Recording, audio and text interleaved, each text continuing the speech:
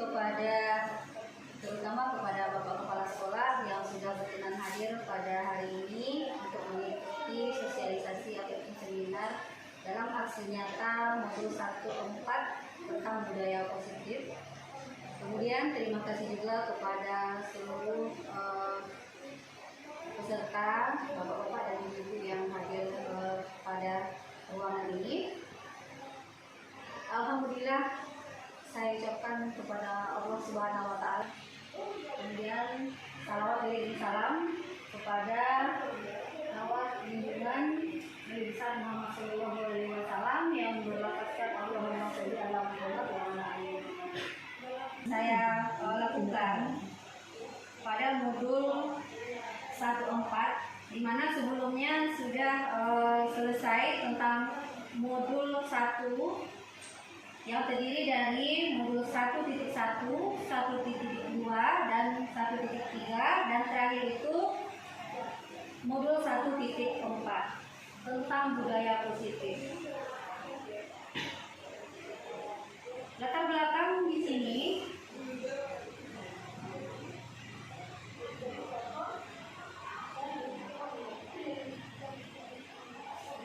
itu yang latar belakangnya adalah suasana positif sangat mendukung dalam menciptakan pembelajaran yang kondusif.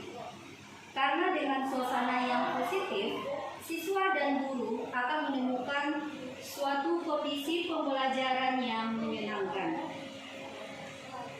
Sehingga proses pembelajaran dapat berjalan tanpa adanya suatu beban, tetapi suatu kebutuhan.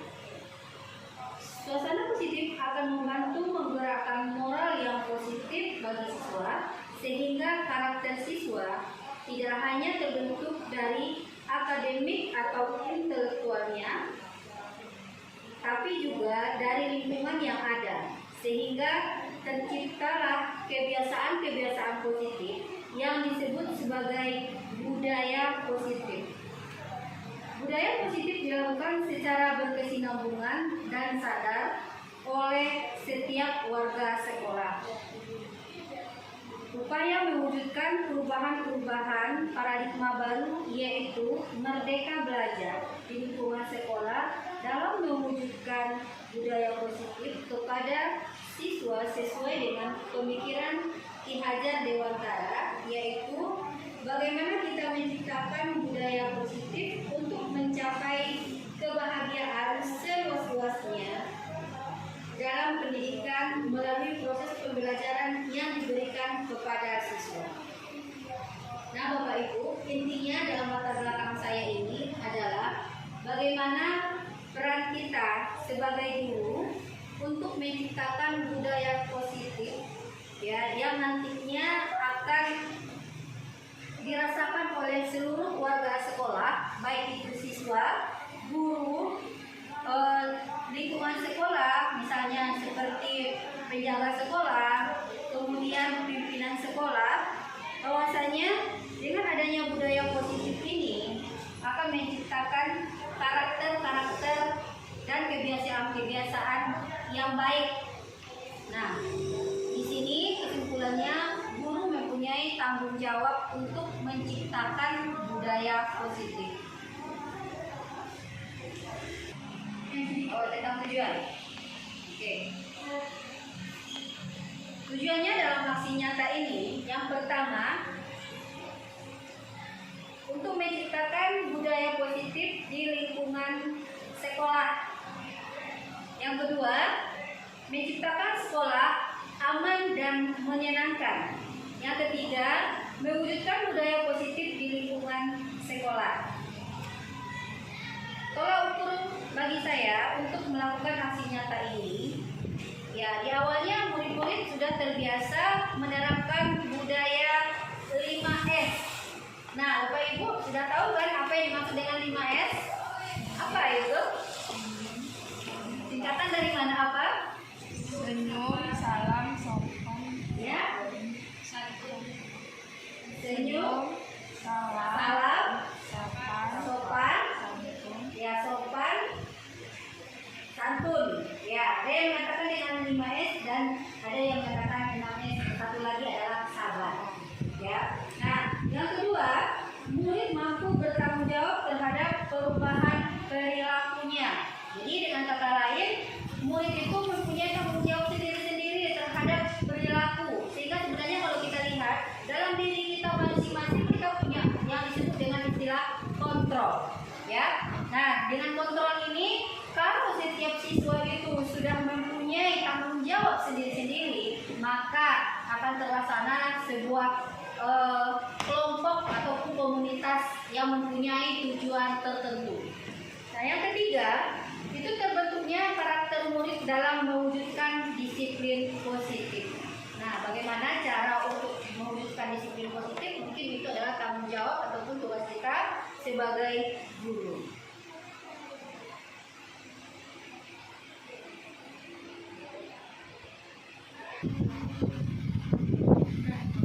Budaya positif, pengertian dari budaya positif adalah nilai-nilai, keyakinan atau kebiasaan-kebiasaan di sekolah yang berpihak pada murid agar murid dapat berkembang menjadi pribadi yang kritis, penuh hormat dan bertanggung jawab. Nah, di sini dalam budaya positif ini sebenarnya akan dibangun oleh beberapa aspek nanti. Nah, yang terdiri dari adanya disiplin positif, motivasi intrinsik, kemudian adanya peraturan kelas dan adanya keyakinan kelas. Nah, kita akan lihat nanti satu persatu. Di sini intinya guru harus bisa menciptakan adanya budaya positif ataupun lingkungan yang positif di dalam sekolah, sehingga nanti akan muncul kebiasaan-kebiasaan yang baik di lingkungan sekolah, sehingga terjadi kerjasama, kemudian saling mendukung, saling menghormati antar warga sekolah untuk mewujudkan karakter-karakter yang baik, di mana nanti karakter baik itu yang disebut dengan budaya positif. Nah, perubahan paradigma belajar. Di sini kita melihat dengan gambar yang ada bahwasanya walaupun sama-sama manusia, ya, tetapi ternyata kira-kira menurut Bapak Ibu ada perbedaan tidak? Ada perbedaan tidak dari mereka? Tidak? Sama? Ya. Nah, di sini kita melihat bahwasanya dari keempat contoh ini, walaupun mereka itu sama-sama laki-laki, ternyata mereka mempunyai perbedaan. Dari mana? Dari postur tubuh.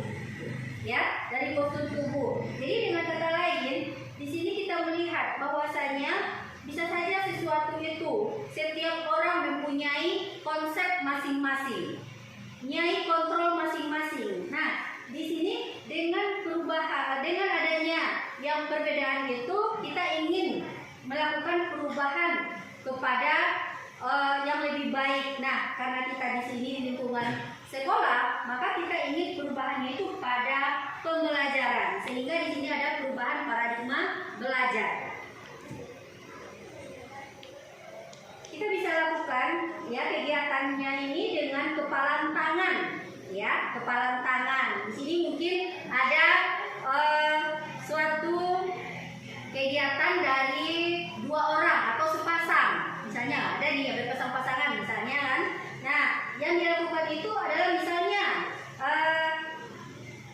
satu orang ataupun Anda di sini yang Ibu katakan bahwasanya robeklah secari kertas. Nah, yang setelah dirobek secari kertas itu, kemudian kita tuliskan sesuatu yang menurut kita sangat berharga, berarti, dan kita tidak ingin bahwasanya orang lain akan mendapatkan hal itu.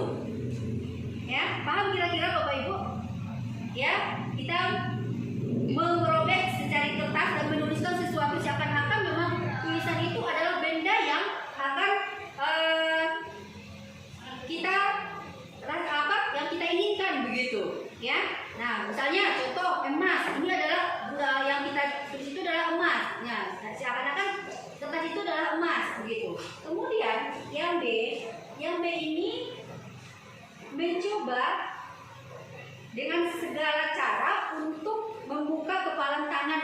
si A itu setelah merobek kertas, menuliskan, kemudian dia menggenggam kertas itu dalam kepalanya secara kuat-kuat.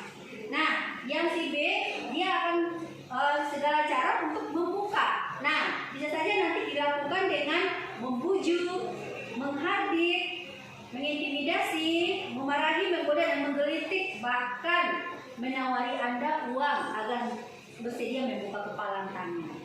Nah, kira-kira pertanyaan saya, ya, apakah Anda atau B membuka kepalan tangan? Ya, apakah dibuka kepalan tangan kita ketika ini si A ya? Ketika si B itu membujuk kita? Bagaimana kira-kira? Dengan yang berarti ini akan pindah ke si B, apakah Anda mau? Tidak, ya. Dengan segala cara dia menawarkan uang begitu, mau? Tidak. Kenapa? Alasannya kenapa? Nah, di sini dalam kegiatan ini sesungguhnya siapa yang memegang kendali atau kontrol di sana? Si A atau si B? Si A. Berarti si A itu punya kontrol, ya, punya kemauan di sana. Saya harus tetap mempunyai ini. Nah, itu sebenarnya di dalam setiap jiwa manusia itu kita mempunyai yang dinamakan dengan kontrol. Oke? Nah, di sini perubahan paradigma stimulus respon terhadap kontrol, ya. Nah, sekarang di sini siapa sesungguhnya yang memiliki kontrol? Nah, kalau selama ini misalnya ada stimulus respon, kita mencoba mengubah orang agar berpandangan sama dengan kita. Nah, kalau teori kontrolnya, sebenarnya dalam teori kontrolnya kita berusaha memahami pandangan orang lain tentang dunia. Ya, agak berbeda sedikit ya. Kalau dia stimulus respon itu tadi agar berpandangan sama dengan kita. Tapi kalau teori kontrol, kita tidak bisa untuk mendikte orang untuk berpandangan yang sama dengan kita, ya kan? Nah, seharusnya kita memberikan pemahaman pada mereka, kita harus paham sendiri bahwasanya orang itu juga mempunyai pandangan tertentu tentang dunia. Kemudian perilaku buruk dilihat sebagai suatu kesalahan. Nah, biasanya seperti itu. Perilaku buruk itu selalu dianggap sebagai sebuah kesalahan. Tetapi setidak-tidaknya apapun perbuatan yang kita lakukan itu pasti punya alasan bagi kita. Ya enggak? Ya, walaupun sebenarnya yang kita lakukan itu ya salah atau benarnya pasti punya alasan. Nah, dalam teori kontrol, semua perilaku itu memiliki tujuan. Nah, kemudian saya bisa mengontrol orang lain. Itu menurut stimulus respon. Sementara menurut teori kontrol, Anda tidak bisa mengontrol orang lain. Nah, tidak bisa mengontrol orang lain. Begitu juga yang kita rasakan sebenarnya seperti guru. Ya, kita tidak bisa memaksakan kepada anak bahwasanya kita harus, ya, anak itu bisa melakukan piket sebelum waktunya atau melaksanakan tugas itu di rumah sebaik-baiknya. Tidak juga bisa seperti itu. Karena apa? Ya, itu sudah sifat manusia bahwasanya tidak bisa mengontrol orang lain, ya, seperti yang kita harapkan. Dan pemahaman ada pada saat bujukan gagal. Nah, kolaborasi dan konsensus menciptakan pilihan-pilihan baru. Model berpikir menang kalah, di sini teori kontrolnya adalah model berpikir menang-menang. Ya, kita harus sama-sama menang. Tidak ada yang menang kalah. Kalau menang kalah berarti ada persaingan di situ. Oke. Nah, di sini ada yang kedua, yaitu tentang disiplin positif. Nah, disiplin positif ini adalah salah satu yang sangat berperan untuk menciptakan budaya positif. Nah, tetap pada teori kontrol yang disebutkan oleh Dr. William Glasser, yaitu dikatakannya bahwasanya ada beberapa teori, yaitu Yang pertama, Anda tidak bisa mengontrol orang lain. Hanya Anda yang bisa mengontrol diri Anda sendiri. Kira-kira pernyataan ini kita iakan atau tidak? Iya, iya kan? Nah, ya. Sehingga makanya ini sangat berhubungan nanti dengan filosofi Ki Hajar Dewantara. Bahwasanya seorang guru itu tidak bisa untuk menghak anak, tetapi memberikan kebebasan sepenuh-penuhnya kepada anak untuk menciptakan bakatnya. Nah, sehingga terciptalah yang disebut dengan profil pelajar Pancasila atau merdeka belajar. Nah, kemudian yang kedua, semua perilaku itu memiliki tujuan. Model pembelajaran menang-menang. Kemudian realitas atau kita berbeda. Nah, itu dari dasar itu maka muncullah disiplin positif. Nah, apa yang dimaksud dengan disiplin positif? Nah, atau apakah itu disiplin? Sebenarnya disiplin itu berasal dari bahasa Latin. Nah, artinya adalah disciplina yang artinya belajar. Makna dari kata kata ini berkonotasi dengan disiplin diri dari murid-murid Sokrates dan Plato. Nah, di sini teori disiplin ini maknanya adalah sesuatu yang dilakukan seseorang pada orang lain untuk mendapatkan kepatuhan. Nah, kecenderungan umum adalah menghubungkan kata disiplin dengan ketidaknyamanan, bukan dengan apa yang kita hargai atau pencapaian suatu tujuan mulia. Artinya, ketika kita mendengar istilah disiplin, apa yang terbayang sama kita? Teratur. Apa? Teratur. Disiplin. Teratur. Teratur ya. Kira-kira untuk menciptakan teratur itu ada yang memerintahkan? Ada?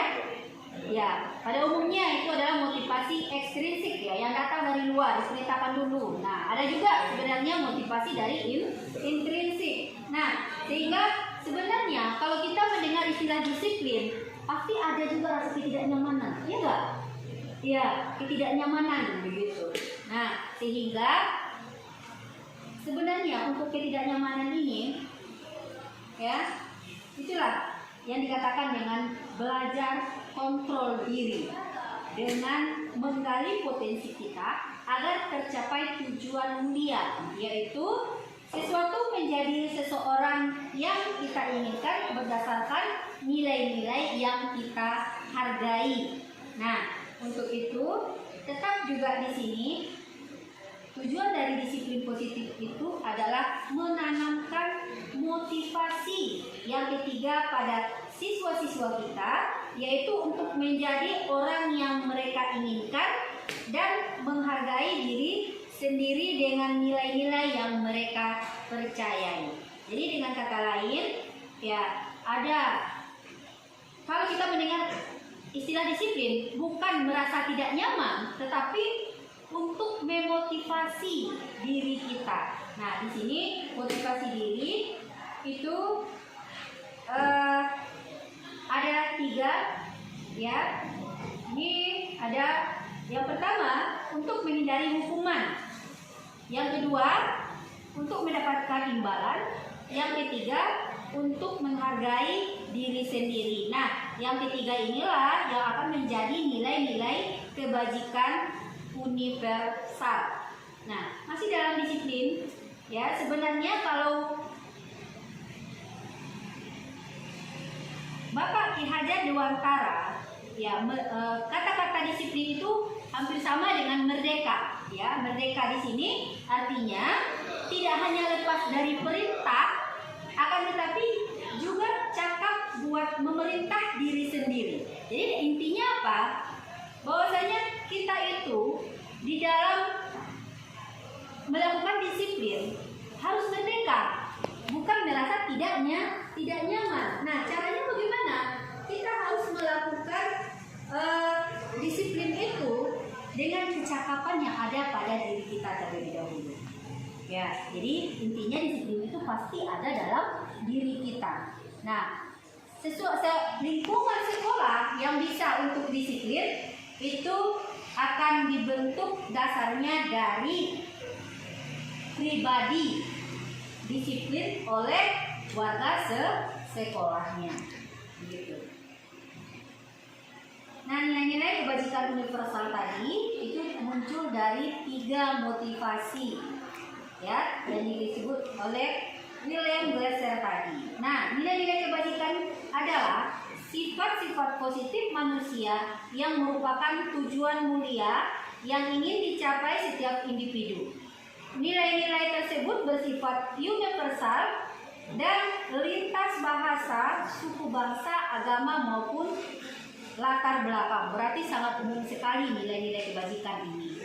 Nah, di sini dikatakan setiap perilaku itu atau perbuatan memiliki satu tujuan. Nah, berarti kita melakukan apapun itu pasti punya tujuan. Kemudian, dengan mengaitkan nilai-nilai kebajikan yang diyakini seorang, maka motivasi intrinsiknya akan terbangun. Nah, intinya motivasi intrinsik itu ada dari dalam diri kita masing-masing, sehingga menggerakkan motivasi dari dalam untuk dapat mencapai tujuan mulia yang diinginkan. Ini merupakan pendapat dari Diana Gosson, ya. Kemudian yang ketiga, nilai-nilai kebajikan yang hendak dicapai oleh setiap anak. Setiap anak Indonesia kita kenal dengan profil pelajar Pancasila. Nah, mungkin bapak-bapak dan ibu-ibu sudah pernah mendengar tentang istilah profil pelajar Pancasila. Ya, mungkin ibu-ibu yang lebih tahu daripada saya lagi, ya, apa saja yang dituntut di dalam profil pelajar Pancasila tersebut. Nah, yang pertama tentunya kita harus beriman, ya, bertakwa kepada Tuhan Yang Maha Esa dan berakhlak mulia. Yang kedua, kita juga harus mandiri, ya. Ketiga, bernalar kritis. 4, berkebinekaan global, bergotong royong dan kreatif, ya. Nah, ini nilai-nilai profil Pancasila. Kemudian tadi ada saya sudah menyinggung tentang 3 teori motivasi. Nah, di sini teori motivasi ini akan menciptakan hukuman dan penghargaan. Nah, yang pertama, untuk menghindari ketidaknyamanan atau hukuman, apa yang akan terjadi apabila saya tidak melakukannya? Berarti kalau tidak dilakukan, apa yang akan terjadi? Mungkin akan mendapatkan sebuah hukuman. Nah, hukuman itu tergantung kepada siapa? Kepada siapa? Kepada pemberi hukuman, ya. Siapa yang memberikan hukuman, gitu ya. Jadi itu adanya motivasi eksternal. Kenapa dikatakan motivasi eksternal? Karena yang akan memberikan motivasi itu adalah orang lain. Ketika kita tidak melaksanakan apa yang dikatakan oleh orang lain, berarti kita akan mendapatkan hukuman. Jadi motivasi itu datangnya dari luar. Ya, yang kedua, untuk mendapatkan imbalan dari orang lain ataupun institusi, apa yang akan saya dapatkan apabila saya melakukannya? Itu juga merupakan motivasi eksternal. Nah, ini contoh dari motivasi internal, yaitu tujuan disiplin positif. Untuk menghargai diri sendiri, saya akan menjadi orang yang seperti apa bila saya melakukannya. Jadi kita sudah punya tujuan. Saya akan menjadi apa apabila saya melakukan ini, gitu. Makanya setiap langkah kita, setiap perbuatan kita pasti punya tujuan. Nah, ini beberapa hukuman, ya, dihukum oleh penghargaan. Nah, ada beberapa, ya. Penghargaan menurunkan kualitas. Ya, dengan diberikan penghargaan, maka akan menurunkan kualitas kita. Penghargaan mematikan kreativitas. Apakah Bapak Ibu coba diperhatikan, apakah Bapak Ibu ini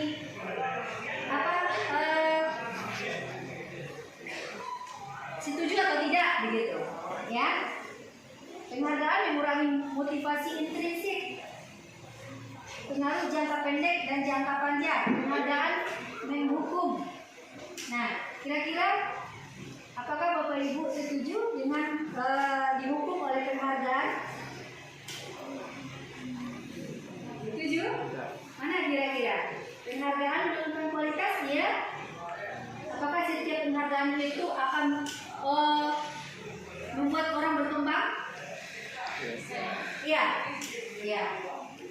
berarti kualitasnya meningkat kan begitu? Ya. Nah, penghargaan mematikan kreativitas. Setuju atau tidak? Kurang. Alasannya? Karena biasanya dengan penghargaan itu lebih termotivasi. Oke, ya benar. Betul.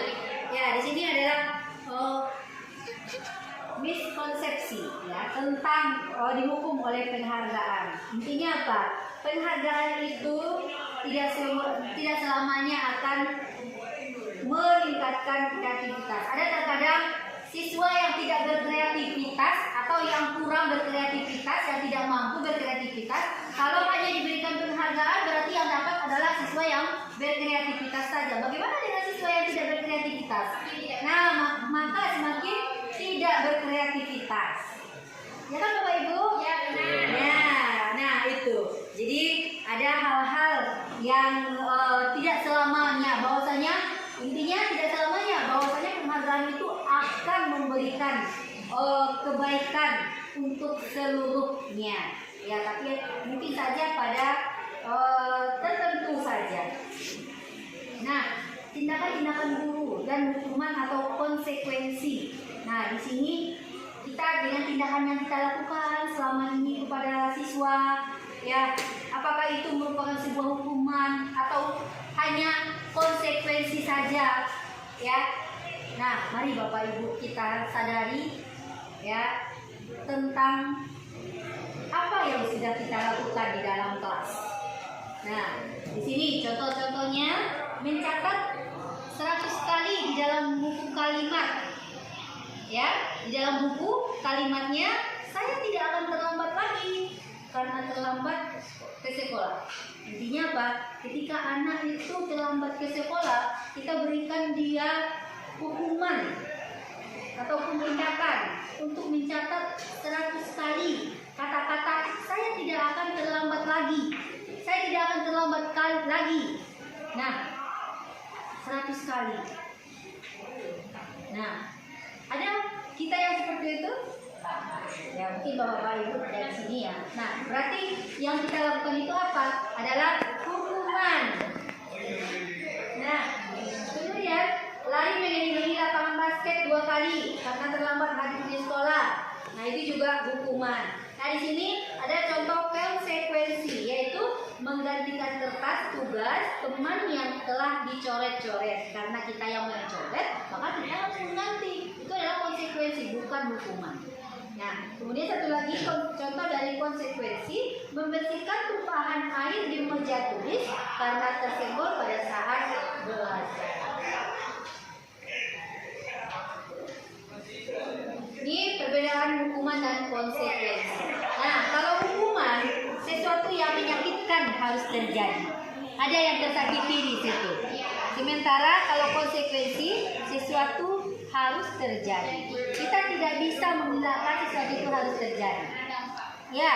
Nah, kemudian hukuman itu membuat anak sakit. Nah, bisa nanti dia fisiknya, ya, maupun hatinya. Makanya setiap anak itu ada anak yang dendam kepada gurunya, ya, ada anak yang dongkol kepada gurunya. Ya, kenapa? Ya, karena dia sudah merasakan sakit hati dengan hukuman yang kita lakukan. Nah, kemudian ada konsekuensi namanya. Itu kalaupun anak itu bersalah, ya, tapi dia tetap menghargai disiplin. Ada yang anak yang tahu dia itu sudah melanggar disiplin, ya, tetapi hatinya bisa menerima. Kenapa? Karena sudah ada konsekuensi kita terlebih dahulu. Ya kan Bapak Ibu? Ya. Nah, ini seperti itu. Nah, mendorong anak menyakiti diri sendiri. Sementara ya mungkin kita akan menyakiti anak, tetapi kita dorong juga anak itu untuk menyakiti dirinya gitu. Sementara kalau konsekuensi mendorong anak agar mudah menyesuaikan diri, ya, dengan situasi yang kita harapkan begitu. Nah, mungkin tidak semuanya saya bacakan ya, mungkin bisa dilihat di sini. Ini adalah contoh-contohnya. Nah, di sini ada hukuman, kemudian ada disiplin. Nah, disiplin ini nanti ada yang disebut dengan konsekuensinya bagaimana, restitusinya bagaimana. Kita akan lihat beberapa. Nah, hukuman sesuatu yang menyakitkan harus terjadi.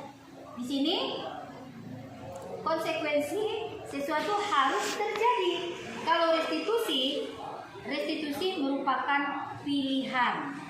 Nah, kemudian tidak nyaman dihukum. Nah, konsekuensinya tidak nyaman untuk murid ataupun anak dalam jangka waktu pendek karena dia tidak nyaman sudah melanggar dari kesepakatan kelas tadi. Karena kita sudah punya konsekuensi. Nah, di sini yang restitusi menguatkan untuk murid ataupun anak dalam jangka waktu panjang. Oke, makanya kita seharusnya mempunyai keyakinan kelas atau sekolah. Nah, mengapa tidak peraturan saja?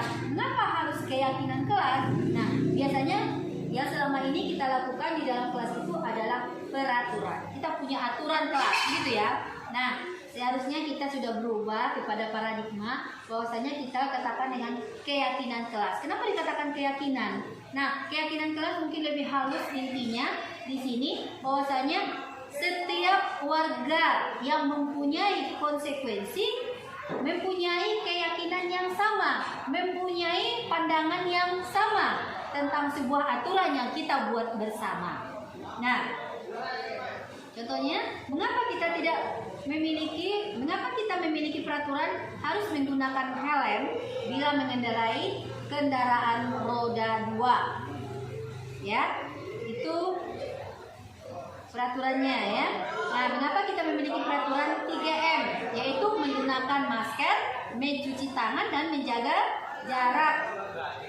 Ketiga, mengapa memiliki peraturan yang harus datang tepat waktu pada saat mengikuti pelatihan.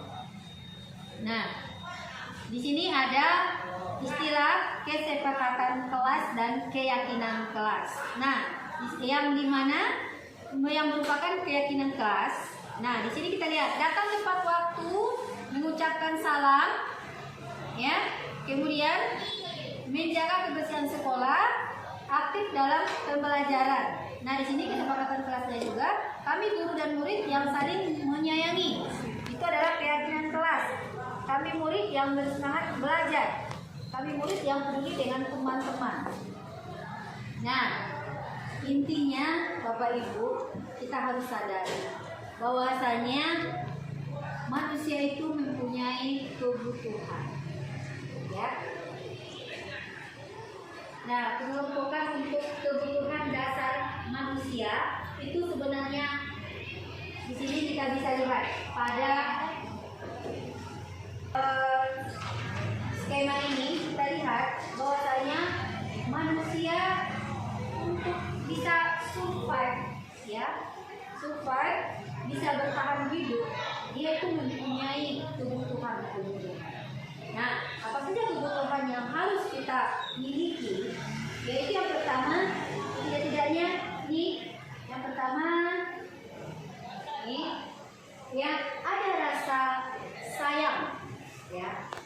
Kita mendapatkan kasih sayang dan rasa diterima di lingkungan di mana kita berada. Nah, sebagai seorang guru, kita harus diterima oleh siswa, kita harus diterima oleh guru yang lain, pimpinan sekolah. Nah, itu karena harus ada rasa kasih sayang. Yang kedua, harus ada fun-nya, harus ada kesenangannya, ya. Makanya kita bisa, ya, mendapatkan atau menikmati hidup. Yang keempat, itu ada penguasaan, ya. Kita mempunyai, ya, penguasaan pada diri kita sendiri untuk orang lain. Dan yang keempat adalah adanya kebebasan, ya, adanya kebebasan, ya, kita untuk berkarya, berkreativitas itu merupakan suatu kebutuhan. Kalau seandainya salah satu dari komponen ini kita dibatasi, maka akan terjadi sebuah masalah, ya. Misalnya kita tidak punya kebebasan, tidak boleh seperti ini, tidak boleh seperti itu, sementara itu merupakan kebebasan yang biasa saja. Nah, itu nanti akan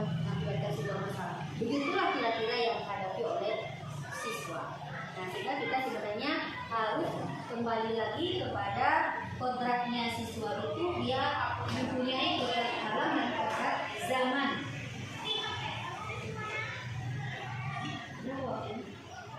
Segitiga restitusi. Nah, segitiga restitusi ini merupakan suatu bagian di dalam budaya positif yang harus dicerminkan oleh seluruh warga sekolah. Di mana di sini dari segitiga restitusi itu yang pertama ada validasi kebutuhan, menanyakan keyakinan, dan menstabilkan identitas. Nah, apabila ketiga-tiganya ini muncul, maka akan terbentuklah dia suatu restitusi. Nah, di sini tentang validasi kebutuhan, kamu tentunya punya alasan mengapa melakukan itu. Nah, ketika anak kita itu melanggar sebuah disiplin, maka kita seharusnya tidak langsung memarahi anak, ya. Tidak langsung kita mengatakan, oh perbuatan kamu itu tidak boleh kamu lakukan seperti itu. Tapi setidaknya kita tanya dulu, apa alasannya? Contoh, ketika dia terlambat, ya. Nah, nanti kita akan melihat video jika anak siswa terlambat. Nah, kita harus bertanya. Jangan kita harus langsung marah, tetapi kita harus bertanya, mengapa dia terlambat? Nah, setelah itu, apa yang dilakukannya untuk besok sehingga tidak terulang lagi kejadian yang sama? Nah, setiap orang pasti pernah melakukan kesalahan. Apakah Bapak Ibu pernah melakukan kesalahan? Iya. Nah, kemudian apakah kita mempunyai suatu keinginan ingin menjadi seperti apa? Ya, berarti itu adalah segitiga restitusi. Nah, di sini ya penjelasan dari menstabilkan identitas. Ya, ini ada sebuah dialog sebenarnya ya, untuk membuat anak yang merasa gagal karena berbuat salah menjadi positif terhadap dirinya. Bagaimana cara seorang guru? Nah, nih guru berkata, berbuat salah itu hal yang manusiawi. Tidak ada manusia yang sempurna. Apakah kita sudah melakukan hal yang seperti ini, bicara sama anak ketika anak bersalah? Ya, nah, sebagian guru ya mungkin masih ada yang langsung membentak anak. Nah, sebenarnya itu tidak boleh terjadi lagi Bapak Ibu, karena anak mempunyai hak untuk mendapatkan ya ilmu kita ya dengan cara yang berbeda-beda. Nah, di sini regular Bapak Ibu juga buat salah ketika pasti bisa menyelesaikan permasalahan. Berarti kita juga pernah mengakui. Tadi pertanyaan saya, apakah Bapak Ibu pernah melakukan kesalahan? Jawabnya pernah, ya, pernah. Berarti sama dengan halnya saya juga pernah mengalami kesalahan. Jadi kita tarik pada diri kita sendiri. Ketika anak itu bersalah, ibu juga pernah bersalah, pernah mengalami hal itu. Nah, setidaknya seperti itu untuk menstabilkan identitas. Kemudian di sini dalam validasi kebutuhan, setiap orang punya kebutuhan, ya. Nah, membantu siswa mengenali basic kebutuhan, ya, basic need-nya atau kebutuhan yang ingin dipenuhinya ketika melakukan kesalahan itu. Nah, di sini dasarnya setiap tindakan manusia tujuannya adalah memenuhi basic need atau memenuhi kebutuhannya. Nah, apakah itu power, kekuasaan itu tadi, kebebasan, cinta kasih atau kasih sayang, kesenangan, dan ya survive, ya. Nah, penyesuaian. Ketika anak itu mempunyai kebutuhan, kata-kata dari guru sebenarnya bagaimana? Kamu bisa saja akan melakukan hal yang lebih buruk, tapi kamu tidak melakukannya, kan? Kira-kira paham nggak Bapak Ibu maksudnya? Nah, berarti dengan kata lain, anak itu sudah melakukan sebuah kesalahan, tetapi kita ya mengatakan bahwa kesalahan yang diperbuatnya itu masih kecil. Nah, masih ada nanti kesalahan yang lebih besar lagi, tapi tidak dilakukan, kan? Nah, setidak-tidaknya kesalahan yang besar jangan dilakukan dan yang kecil jangan terulang lagi. Nah, itu kira-kira. Kemudian, apa yang penting bagi kamu? Ya, pasti di sini apa yang penting bagi kamu menanyakan tentang kebutuhan apa sebenarnya yang akan dia lakukan. Kemudian kamu boleh tetap berusaha menjaga sikap itu, tapi tambahan sikap yang lain yang baru. Nah, maksudnya di sini apa ya Bapak Ibu? Bahwasanya ketika siswa tidak bersikap baik, nah kita harus mengatakan bahwasanya sikapnya itu dilakukan seperti itu tidak apa-apa untuk saat itu, tetapi dia harus berubah ke sikap yang lebih baik. Nah, itu kira-kira. Nah, yang ketiga menanyakan keyakinan. Nah, kita tentunya punya keyakinan tertentu. Nah, anak melihat kesalahannya dihubungkan dengan norma susila dan nilai-nilai yang mendasari manusia berinteraksi dengan orang lain. Jadi artinya apa? Menanyakan keyakinan ini adalah ketika anak bersalah, kita harus merubah anak dengan memberikan pandangan terhadap norma yang sudah ada. Ya, baik itu norma masyarakat maupun norma dalam berbangsa. Nah, itu apa yang harus diucapkan oleh guru? Apa nilai yang kita percaya di kelas atau sekolah kita tentang kesalahannya dalam nah, berarti kata lain kita sudah membuatkan kesepakatan kelas dan keyakinan kelas. Nah, kelas yang ideal itu seperti apa sih?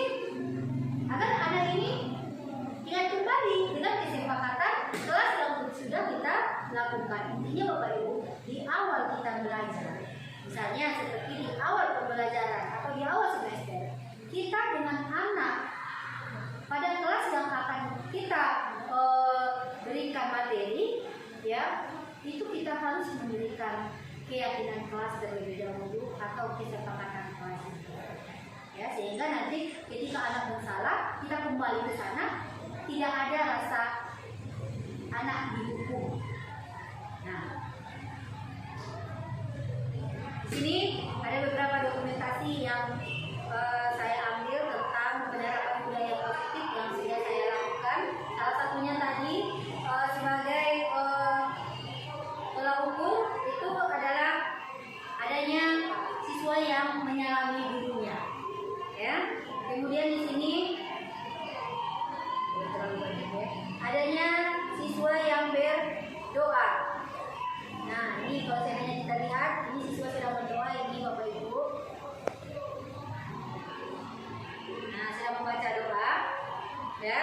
Kemudian di sini,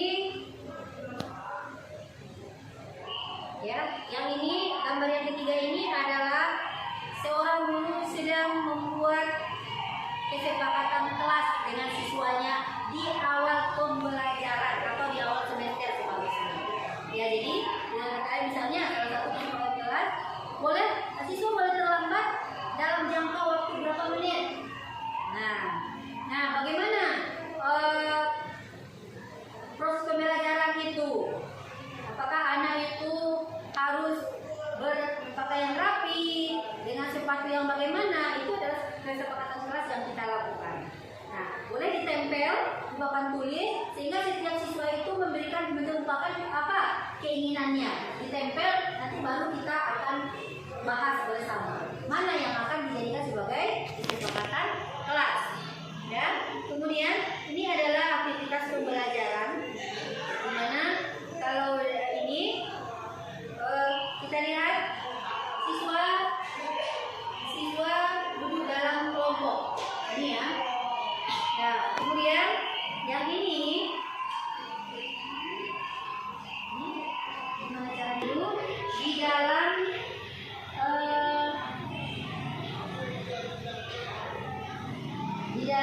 proses pembelajaran. Kemudian ini adalah aktivitas siswa setelah diberikan penugasan ataupun konfirmasi dari guru. Ya, ini. Ya. Nah, di sini ini lihat contohnya siswa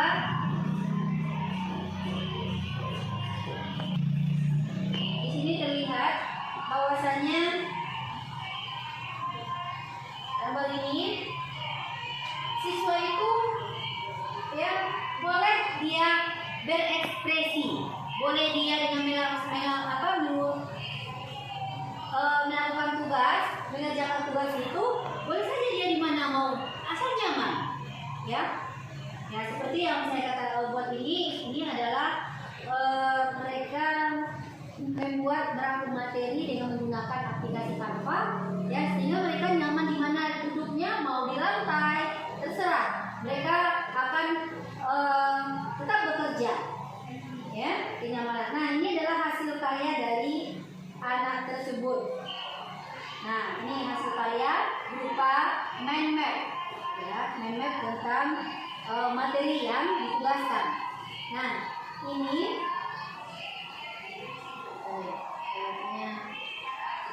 banyak sekali di sini video-video pembelajaran yang saya ambil. Nah, ini merupakan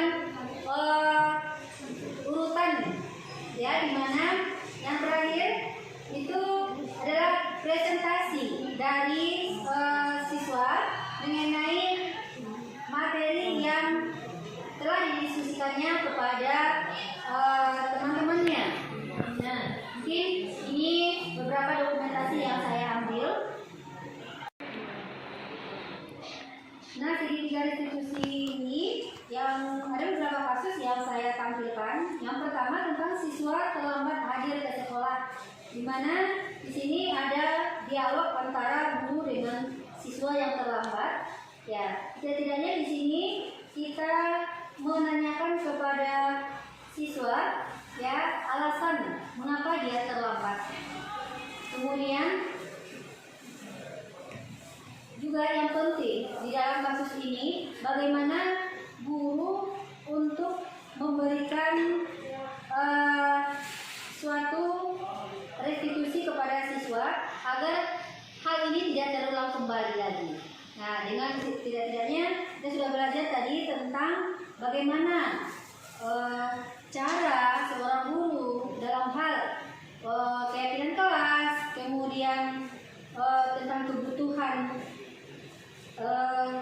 restitusi itu ada di dalam kasus ini.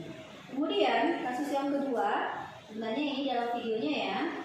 Ini adalah video tentang dua orang anak, di mana yang laki-laki ini bernama Revan, dia mengejek teman yang perempuan, ya, mengejek karena teman yang perempuan ini, yang si perempuan. Nah, ini dia, ya, berkomunikasi karena perempuan ini tidak dapat menjawab soal yang diberikan oleh guru ke papan tulis, sehingga yang si Revan ini mengejek temannya, nggak dapat gitu. Nah, sehingga yang dilakukan adalah sang guru bertanya apa alasannya si Revan ini mengejek temannya, dan dia menjawab bahwasanya alasannya cuma bercanda doang, Bu, begitu. Ya, tetapi yang temannya yang cewek merasa bahwasanya dia sudah dipermalukan di depan umum, di depan teman-temannya. Nah, kalau sang guru pasti bertanya, apa langkah untuk menyelesaikan masalah ini? Nah, kita minta kepada yang perempuan, apa keinginannya? Nah, keinginannya dia tidak agar nanti si Revan tidak mengulang lagi apa yang sudah dilakukannya itu. Nah, kembali lagi ke harapannya, apakah dia mau dan apa hal untuk menyelesaikan masalah ini sampai di sini, dan Revannya mau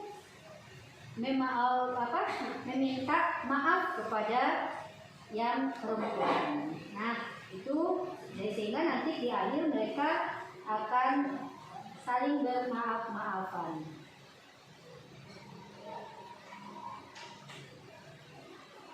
Nah, di sini akhirnya sehingga masalah ini selesai sampai di sini. Nah, itu. Kemudian ini adalah yang saya alami.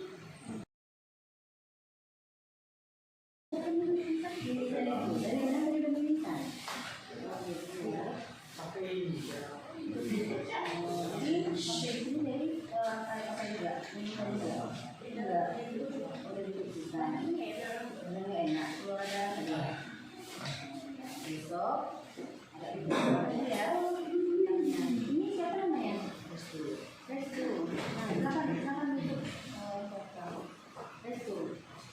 itu selain terlambat kira-kira apa lagi? Apa lagi kira-kira peraturan sebelumnya yang sudah dilanggar? Kenapa? Bajunya itu di apa dipakai? Nah, nggak ada. Apa kira-kira yang salah dengan ininya? Tahu? Tahu apa?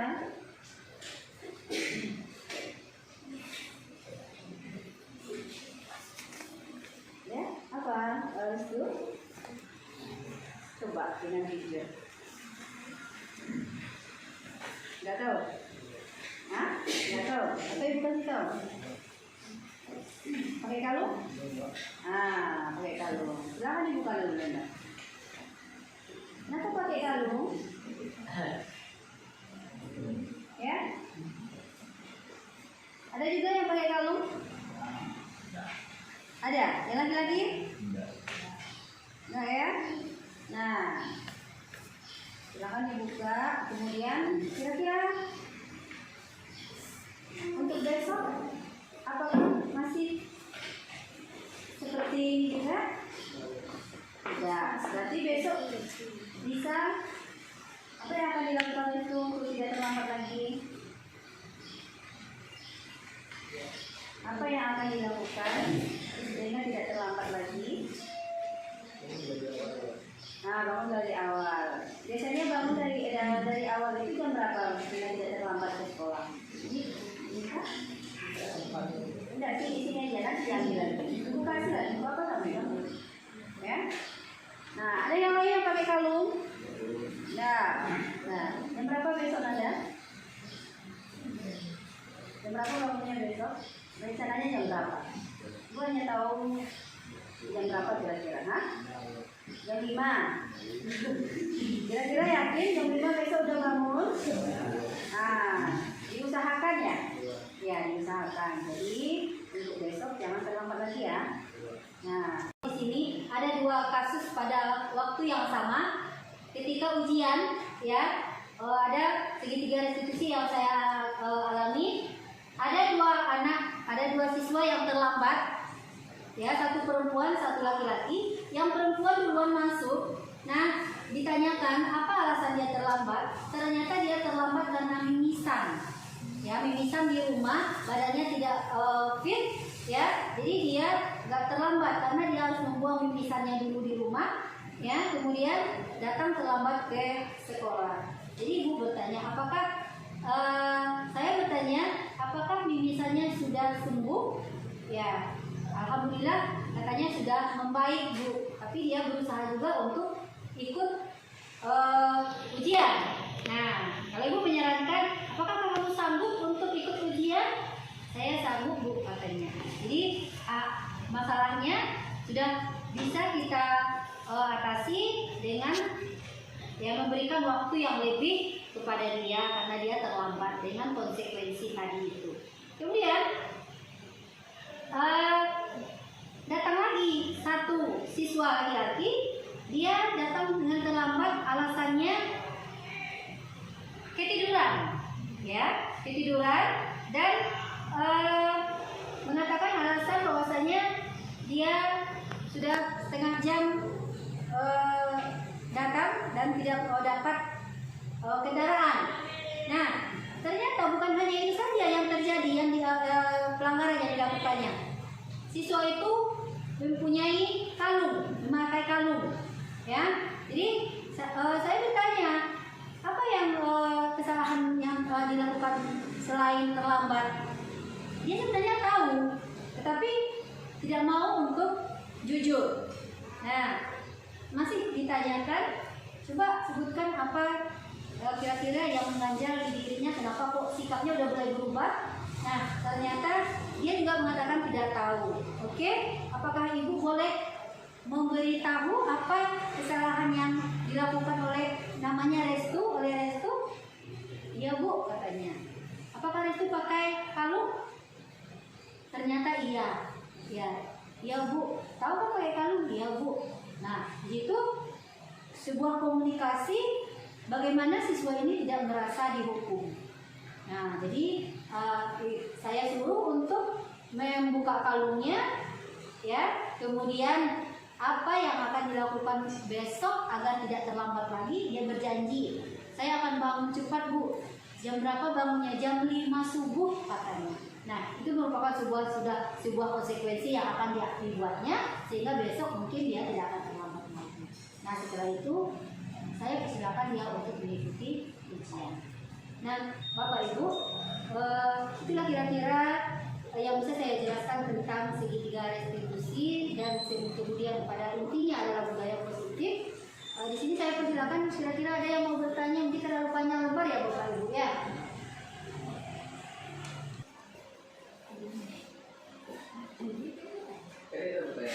Nah, mungkin kita ada refleksi sedikit ya. Setelah penjelasan saya, kira-kira apa yang bisa Bapak Ibu pahami tentang acara ini, ya, seminar ini? Ya, Leni. Sebelum terima kasih pada Ibu Dr. yang menjadi SPD sebagai pemateri pada seminar pendidikan budaya positif pada hari ini, di mana pembelajaran dapat saya ambil selama mengikuti sesi modul 1 TV 4, yaitu adanya budaya disiplin positif, di mana ada materi yang sudah disampaikan oleh Ibu Loli, mulai dari materi perubahan paradigma, konsep disiplin positif dan motivasi, keyakinan kelas dan pemenuhan kebutuhan dasar, serta 5 posisi kontrol dan segitiga restitusi. Mungkin hal itu yang dapat saya sampaikan dari saya pahami, saya berikan kepada Ya, terima kasih Bu Leni. Ternyata setidak-tidaknya di sini ada umpan balik dari kita bahwasanya untuk menciptakan budaya positif itu sangat banyak sekali langkah-langkah yang harus kita lakukan, mulai dari kita harus disiplin, ya, disiplin positif tentunya semua warga sekolah, kemudian adanya paradigma, perubahan paradigma belajar, bagaimana cara kita dalam mengubah siswa sehingga menjadi manusia yang lebih baik dan berkarya seluas-luasnya. Kemudian adanya pemberian hukuman, kemudian keyakinan kelas yang harus kita berikan kepada siswa sehingga tidak merasa dihukum, tidak merasa tersakiti. Nah, setidak-tidaknya dengan keyakinan kelas yang kita berikan itu adalah sebuah konsekuensi yang harus kita sepakati bersama. Nah, mungkin ada dari Bapak Ibu yang mau bertanya, silakan. Apa perubahan konkret yang Bapak Ibu lakukan di kelas? Kira-kira, ya. Ya. Kenapa nama saya Uni? Setelah disampaikan tadi oleh Ibu Marina mengenai budaya positif, yang paling saya tangkap itu adalah mengenai motivasi intrinsik.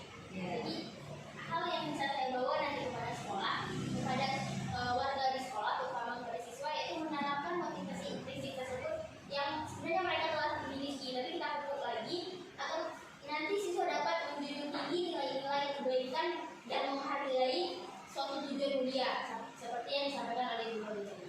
Mungkin hanya itu saya kembalikan kepada Ibu Loli. Terima kasih. Iya, terima kasih ya. Betul sekali yang Ibu bilang bahwasanya ya setiap kita, setiap siswa, setiap semua orang sudah mempunyai nilai-nilai motivasi intrinsik. Berarti yang sudah tertanam dalam jiwa kita. Nah, sekarang motivasi intrinsik ini harus kita kembangkan lagi. Ya, nah, dalam pengembangannya itulah perlunya kita belajar, ya, mendapatkan ilmu sehingga nanti muncul motivasi ekstrinsik. Ya, dengan motivasi ekstrinsik ini maka kita sudah mempunyai tujuan yang lebih kuat lagi terhadap apa dan bagaimana kita di masa yang akan datang. Nah, itu yang kita tanamkan kepada siswa dengan adanya motivasi. Sebenarnya sebagaimana yang sudah saya katakan tadi, bahwasanya seorang guru tidak akan bisa mengubah siswa sebagaimana yang sebagaimana yang dia inginkan, ya. Tetapi sebenarnya siswa itu sebagaimana yang dikatakan oleh Ki Hajar Dewantara filosofi pemikiran Ki Hajar Dewantara. Sebenarnya guru ini ada ibaratnya seperti tanah ya, tempat di mana tumbuhan itu disemaikan. Nah, kalau seandainya guru ini merupakan tempat yang cocok untuk menyemaikan sebuah tanaman, maka tanaman itu perlu kita rawat, begitu. Kita rawat, kita kasih pupuk, begitu. Nah, jadi dengan kata lain, di sini kita hanya mengarahkan kemana siswa ini.